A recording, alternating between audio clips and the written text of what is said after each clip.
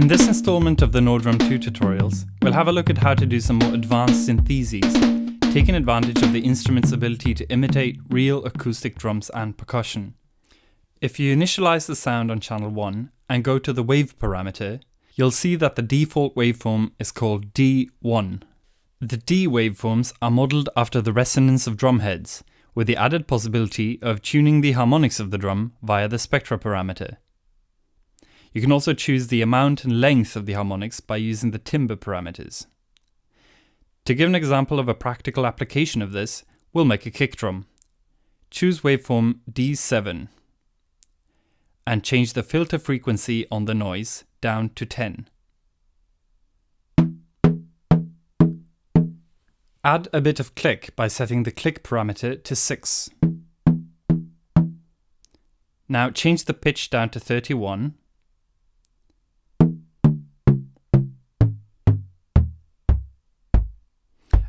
And add some pitch bend.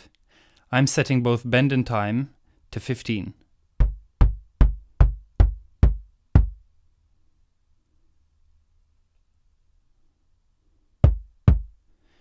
Increase the decay to 25 to add a bit of rumble. Add a bit of punch by setting the punch parameter to L1. So that's the basic way to make a kick drum with almost any waveform, but the D waveforms in particular allow for a bit more fine tuning. For example, check out what the timbre decay parameter does to the sound now.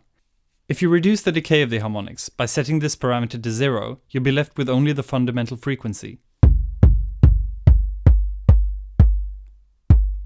On the other hand, opening the envelope all the way to 50 lets all of the harmonics ring the full length of the decay parameter. And anywhere in between will be fine for a kick drum, so I'll leave it at 30. Keep in mind though that the harmonics are also dynamic, and in this example the timbre parameter is set to 0. This means that a lower velocity will play fewer harmonics and you won't be able to hear the different settings of the timbre, decay and spectra parameters.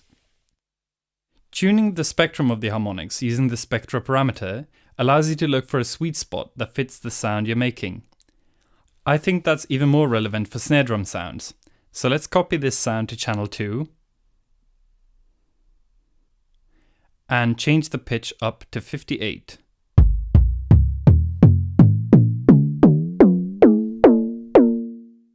Let's remove some of the pitch bend too. I'm setting time and bend both to 10. Now select waveform D2. If you try changing the spectra parameter, you'll find a bunch of interesting settings. And many different basic characteristics for drum sounds. I'm quite happy with 39, so let's move on. If you want this to sound like a snare, first add some more click by setting the click parameter to 30. Then change the filter frequency of the noise up to 27.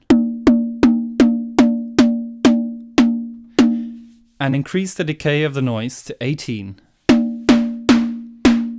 Adding a little bit of attack to the noise can help make the sound slightly more natural. Let's make some toms. Copy the sound from channel 2 to channels 3, 4, 5 and 6.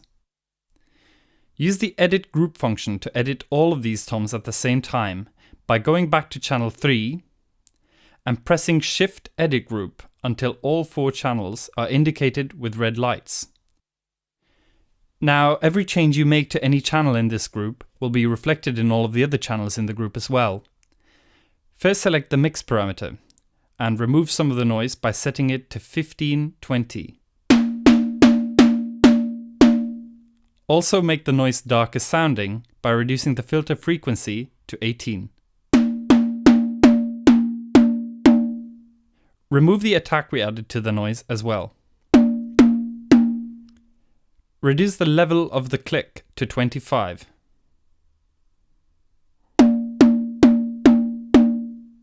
and change the click type to C5.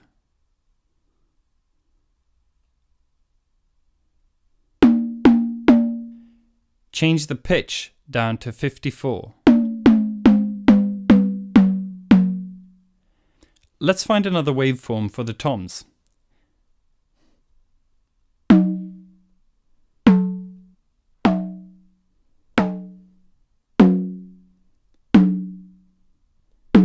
D8 sounds good.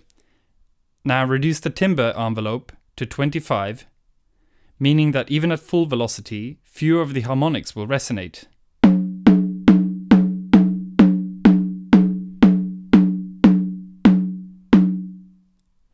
This is a decent sounding tom, so leave the edit group mode by holding Shift Edit Group until all the LEDs go out. Select a different pitch for each tom. We can keep channel 3 at 54, but let's pitch channel 4 down to 49.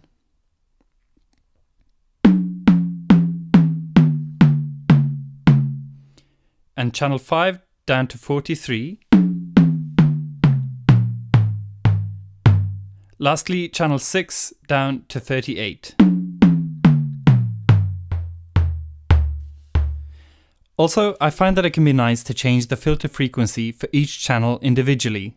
So go to channel 4 and reduce the filter frequency by a few steps. Do the same for each channel, reducing the filter frequency slightly until you're happy with the sound. Creating individual variations like these when you have several similar sounding channels can go a long way in creating a more organic kit.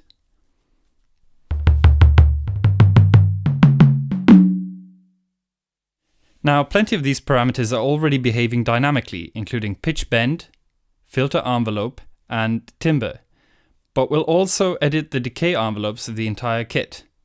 If you press and hold Shift Edit Group, all of the channels will be selected. Set decay low of the tone section to 18.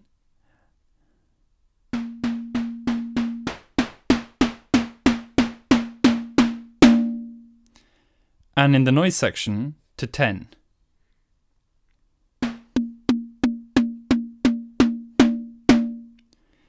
If you play the whole kit now, you'll hear the complex effect dynamic playing has on the sound.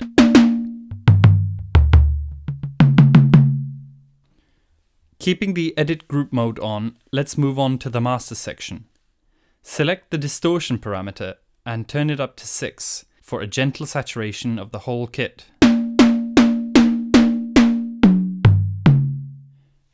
Next, select the EQ gain parameter and turn it up to 5. Now leave the edit group mode by pressing and holding Shift Edit Group. We'll select a sweet spot for the EQ on each channel individually. First, go to channel 1. Notice that as you change the EQ frequency up and down, you add a slight boost to this sound at whichever frequency you've selected.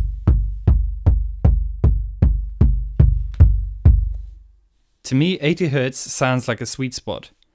Moving on to channel 2, 4.3 kHz will add a bit of mid-range bite to the snare.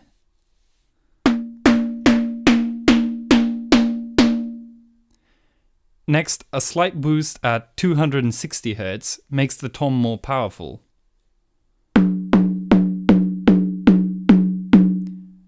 And moving on, I'll set the frequencies of the next 3 toms at 230,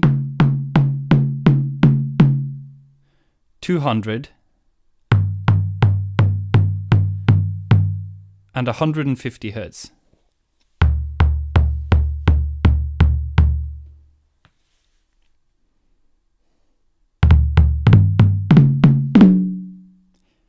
Now let's try panning these toms a bit wider to create a more spacious feel. Go back to channel 3 and select the pan parameter and pull it right to 1220.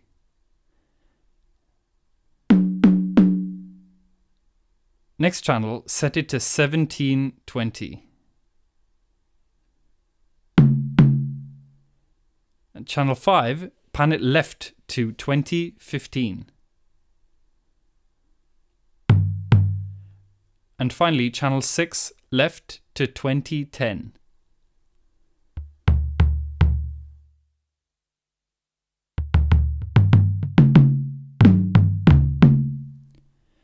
So now you've made a traditional drum kit with kick, snare and toms. Remember to try different settings yourself in order to discover more nuances.